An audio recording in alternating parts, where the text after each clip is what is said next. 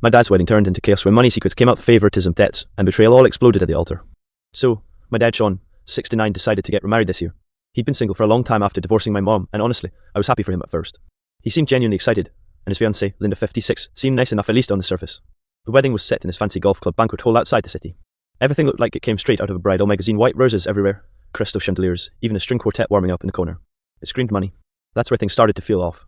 See, my dad isn't rich. He's retired, living mostly off a modest pension and what's left of his savings. I knew he'd been careful with money all his life, but suddenly this wedding was looking like it cost tens of thousands of dollars. At the rehearsal dinner, I sat next to my cousin Mark, and he whispered, "Dude, how the hell is your dad paying for all this?" I shrugged, but it was eating me alive too. Later that night, I overheard Linda talking to her sister in the hallway. She laughed and said, "Sean's covering everything. He said he doesn't want me to worry about a dime. That's how I know he really loves me." That made my stomach drop. Covering everything? With what? Fast forward to the day of the wedding. The ceremony started beautifully, Dad standing at the altar in a crisp navy suit, looking way younger than his years. Linda came down the aisle in a sparkling champagne-coloured dress that probably cost more than my car. Everyone was smiling, clapping, tearing up.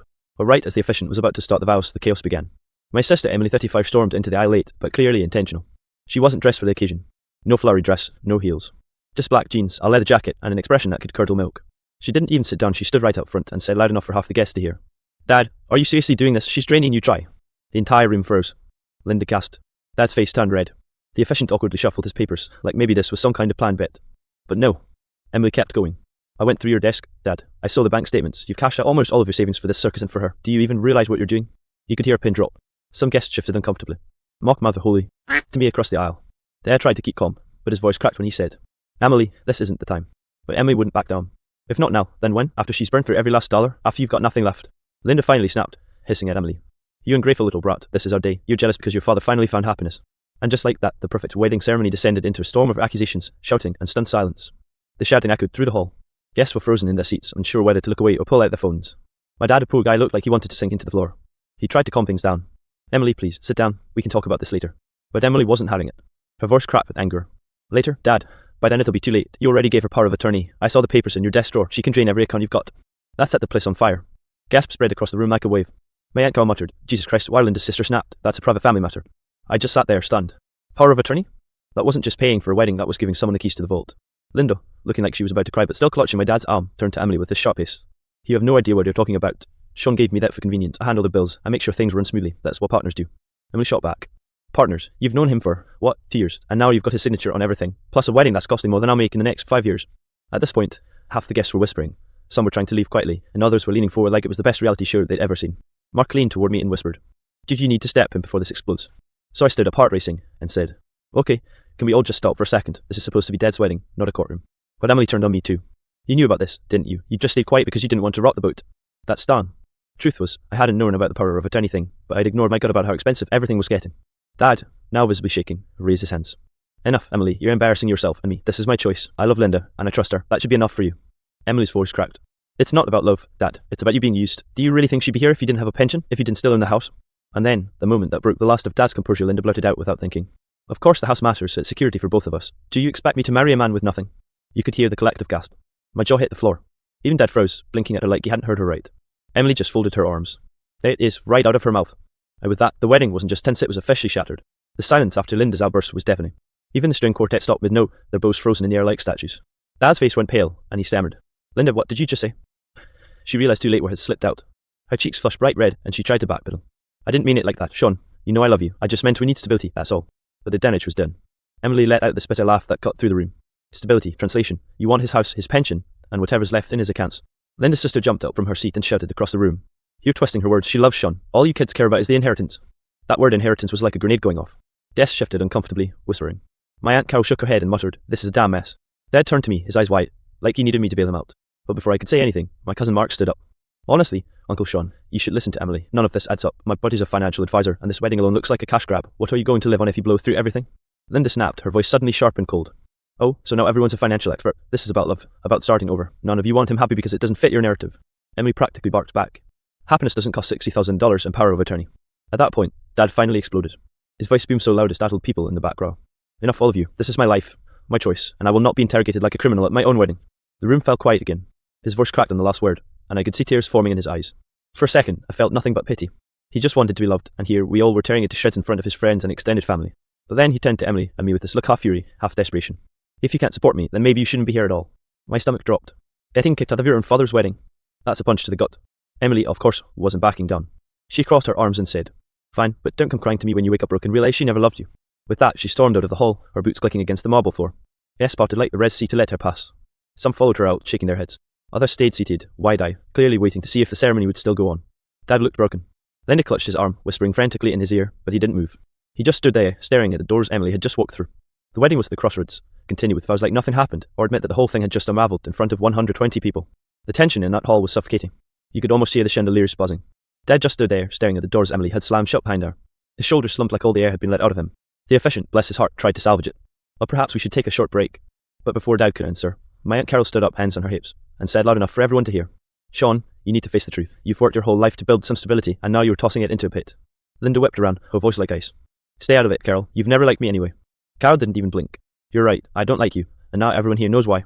The room erupted again, guests whispering, some slipping out discreetly. Meanwhile, my cousin Mark pulled out his phone and whispered to me, "Dude, I think I can pull up public records. If she's got debt, it should be right here." My heart was racing. "Mark, don't, this is already a circus." But of course he did. A couple of taps later, his eyes went wide. "Oh my god, she filed for bankruptcy in 2017. Credit cards max, medical debt, everything. She's drowning in it." I felt sick. It suddenly all made sense: the lavish wedding, the push for power of attorney, those stability comments. I stood up again, my voice shaky but loud. "Dad, you need to know something. Mark just found records. Linda's bankrupt. She's in massive debt." A ripple of gasps shot through the crowd. Linda's face went beet red. "That is none of your business. That was years ago." But Dad looked like he'd been punched. "Is it true?" he asked, his voice barely above a whisper. Linda stammered. "Yes, but it's not like that. Everyone has debts. I didn't want to burden you. That's why I never told you." Emily's words came back to haunt the room. "She's draining you dry." Dad shook his head slowly, his hands trembling. "All this time, all this money, and you never thought I deserved to know?" Linda clutched his arm, desperate. "Sean, please, I love you. I didn't want you to see me as a burden, that's all." But Dad pulled away. For the first time all day, his voice was steady. "A marriage built on lies can't stand. If you can't be honest with me about something this big, how am I supposed to trust you with everything I've left?" You could have heard a pin drop. The officiant quietly packed up his notes. Guests shifted uncomfortably. The wedding was over, and everyone knew it. Linda burst into tears, begging him to reconsider, but Dad just stood there, silent, staring at the floor. His whole dream of starting over had crumbled in front of everyone. And just like that, the ceremony collapsed. No vows, no kiss, no celebration. Just heartbreak and whispers. After the ceremony officially collapsed, the reception all felt hollow. Tables still held untouched plates of food. The floral arrangements looked like they were waiting for something that would never happen, and the string quartet they packed up their instruments. Half the guests trickled out, muttering, shaking their heads. A few stayed, unsure whether to comfort Dad or just watch the fallout. I found him near the bar, leaning on it like it was the only thing keeping him upright. His hand shook slightly as he poured himself a glass of water. I sat beside him. "Dad, I'm so sorry. I didn't know." He waved me off. "It's not your fault, kid. I should have seen it. I should have been more careful." Emily eventually came back from storming off, calmer but so fierce. "Dad, I didn't want to ruin your day, but I couldn't stand there and watch you get taken advantage of." Dad let out a long, ragged sigh. "I get it, Emily. I really do, but I wanted to believe in love again, even at my age." Linda appeared in the doorway, tears streaking her make, her hands wringing her dress. "Sean, please, I can fix this. We can work it out. I love you." Dad shook his head slowly. "Love isn't supposed to cost someone everything they've worked for. You can't just erase decades of my life and expect it to be okay." At that point, even my cousin Mark had to step in. "Dad, it's okay to step back. You're not wrong to protect yourself." The room was quiet except for soft murmurs and the occasional clink of glass. For the first time, it felt like my dad wasn't the 69-year-old trying to play young and reckless. He was just a man realizing he'd been manipulated and now had to pick up the pieces. Emily softened a little. Maybe we all got carried away, but I just don't want him to lose everything." Dad nodded, a single tear escaping down his cheek. "I know, and honestly, I feel foolish, but I also feel free in a weird way. I can start over, the right way. No lies, no manipulation, just me." Linda looked crushed. She opened her mouth, but no words came out. Eventually, she turned and left without another word. The sound of the sliding door shutting felt like a punctuation mark on the nightmare. For the rest of the evening, the guests that stayed drifted away quietly. Dad and I packed up the few remaining decorations, and Emily helped fold the chairs. There was no celebration, no laughter, just silence and the slow, painful rebuilding of trust. That night, Dad sat on the couch at home staring at the ceiling. "You know, I thought I was too old for drama. Guess I was wrong." I laughed softly, though my throat was tight. "Yeah, but at least it's over, and at least you know who really cares about you." He smiled faintly, a mixture of sadness and relief. "Yeah, I guess that's something." And that was it. The wedding was over, the financial exploitation revealed, and my dad finally saw the reality behind the fairy tale he thought he was living. The next morning felt strangely quiet. Dad woke up early, making himself a cup of coffee and sitting by the window. The house was still filled with traces of the previous day's chaos, wrappers from the reception, floral petals, and scattered programs from the aborted ceremony. Emily came in first, holding a notebook. "Dad, I made a list of everything we can do to secure your finances, accounts, assets, investments. I can help you sort through it so nothing like yesterday ever happens again." Dad nodded, sipping his coffee slowly. "Thanks, Em. I should have listened sooner. I wanted to believe it would all be fine, that people would just be honest with me." I joined them at the table, flipping open my laptop to show him some budgeting software. "We can map out every expense, every account. You'll have full control, and Linda won't be able to manipulate anything." He smiled faintly, a little lighter than the day before. "You two are like my personal finance army. Can't believe I didn't do this years ago." Over the next week, we went through everything. Dad closed unused accounts, moved funds into joint accounts with Emily and me as co-signers, and even consulted a lawyer about limiting future power of attorney request. It was tedious work, but he seemed relieved. For the first time in decades, he was taking full control of his life. Meanwhile, Emily and I kept joking quietly, so Dad wouldn't hear about how dramatic the wedding had been. It was still fresh, but humour was slowly seeping in, a healing balm after the chaos. Dad also started reflecting on the nature of trust and love. I guess I wanted a fresh start so badly that I ignored the red flags. It's humbling to realise that happiness doesn't come cheap, and trust is to be earned. He paused, staring at a picture from the wedding rehearsal, the string quartet still tuning their instruments, the champagne-coloured dress hanging in the background. I still want love, but I won't give away my entire life for it. Emily and I nodded. It was a bittersweet lesson, but one that Dad needed. He was finally seeing the difference between genuine affection and opportunism. We ended the week with a small family dinner, just the three of us. No flowers, no gowns, no professional photographers. Just Dad, Emily, and me, sharing food and laughing quietly about the absurdity of it all. It wasn't a wedding. It wasn't a fairy tale. But in a strange way, it felt like the beginning of something real: honesty, trust, and family sticking together, even after the storm. By the time the sun set, Dad finally seemed at peace. He knew maybe I wait a while before dating again, but I feel stronger, and that's something no one can take away. And for the first time since the wedding started, I believed him. Weeks passed, and the aftermath of the wedding settled into a quiet rhythm. The social media posts, the whispers from extended family, even the awkward glances from neighbours gradually faded.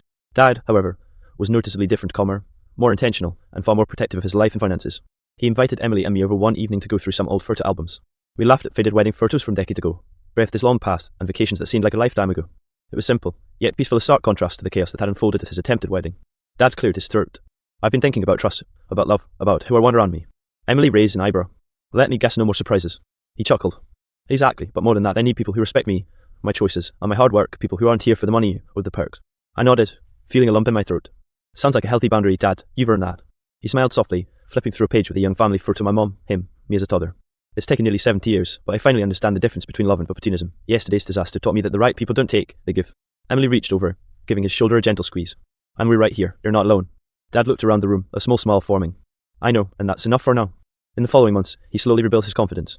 He focused on hobbies he hadn't neglected: golfing with Mock, cooking new recipes, even joining a local volunteer group.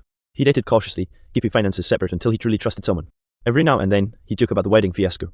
I thought I was too old for drama, but apparently I'm still learning life lessons the hard way. Emily and I laughed, grateful that despite everything, he could still find humour. Most importantly, Dav learned the value of vigilance. He changed passwords, monitored accounts, and consulted professionals before making major financial decisions. The lesson had been painful, but it left him stronger, wiser, and, in a way, more free. Looking back, that wedding was a disaster in the literal sense, but it became a turning point. It stripped away illusions, exposed hidden threats, and forced Dad to confront what he truly valued: honesty, trust, and family who had his back. One evening, as we were sitting on the porch with a warm breeze, Dad leaned back in his chair. I may be 69, but I feel like I've grown more in the past month than in the past decade, and that's a victory on its own. I smiled, realising he was right. The wedding may have failed spectacularly, but the lessons it taught us about trust, love, and financial awareness would last a lifetime. He wasn't just Sean, the man caught in a wedding disaster. He was Sean, the man who survived it, learned from it, and came out stronger than ever.